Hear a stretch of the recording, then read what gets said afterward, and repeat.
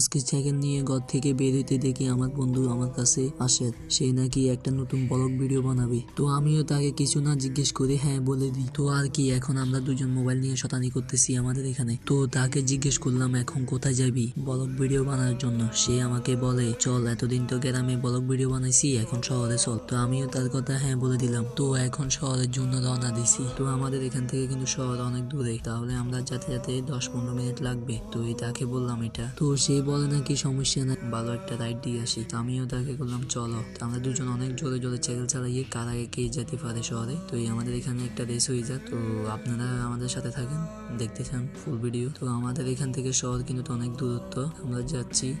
সেই হিসাবে আমরা বেরোইছি এই 5:54 তো দেখেন আমাদের এখানে যাতে যাতে কতটুকু সময় লাগে। ভিডিও শুরু করার আগে আমি একটা কথা বলতে চাই, যারা যারা এখনো পর্যন্ত ভিডিওতে একটা লাইক করেন নাই, তারা লাইক করে ভিডিওটা সম্পূর্ণ করেন। উপরে থাকা বেল আইকনটা ক্লিক করে যান। তো শুরু করা যাক ভিডিও। তো আপনারা এখন গ্রামের রাস্তা অনুভূতি করেন। ব্যাকগ্রাউন্ডে একটা মিউজিক লাগাও।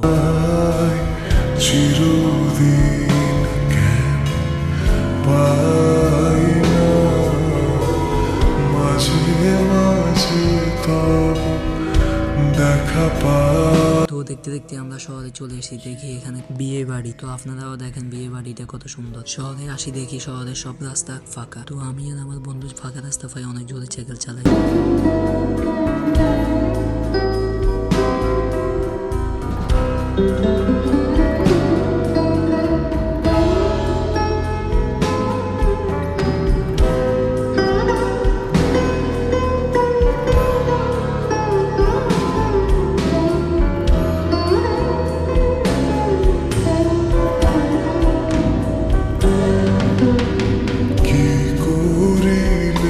তো অনেক দূরে আসি দেখি এখানে অনেকগুলো মানুষ। তো আমার বন্ধু জিজ্ঞেস করে কি রে এখানে কি হয়েছে। তো আমিও কিছু বুঝতে পারছি না। তো সামনে আগে দেখি এখানে আমাদের নেত্রী জিয়াউর রহমান, তাকেও দেখি আমি অনেক খুশি হয়ে গেলাম। তো বন্ধুরা এখন আপনারা দেখেন আমাদের নেত্রী জিয়াউর রহমানকে।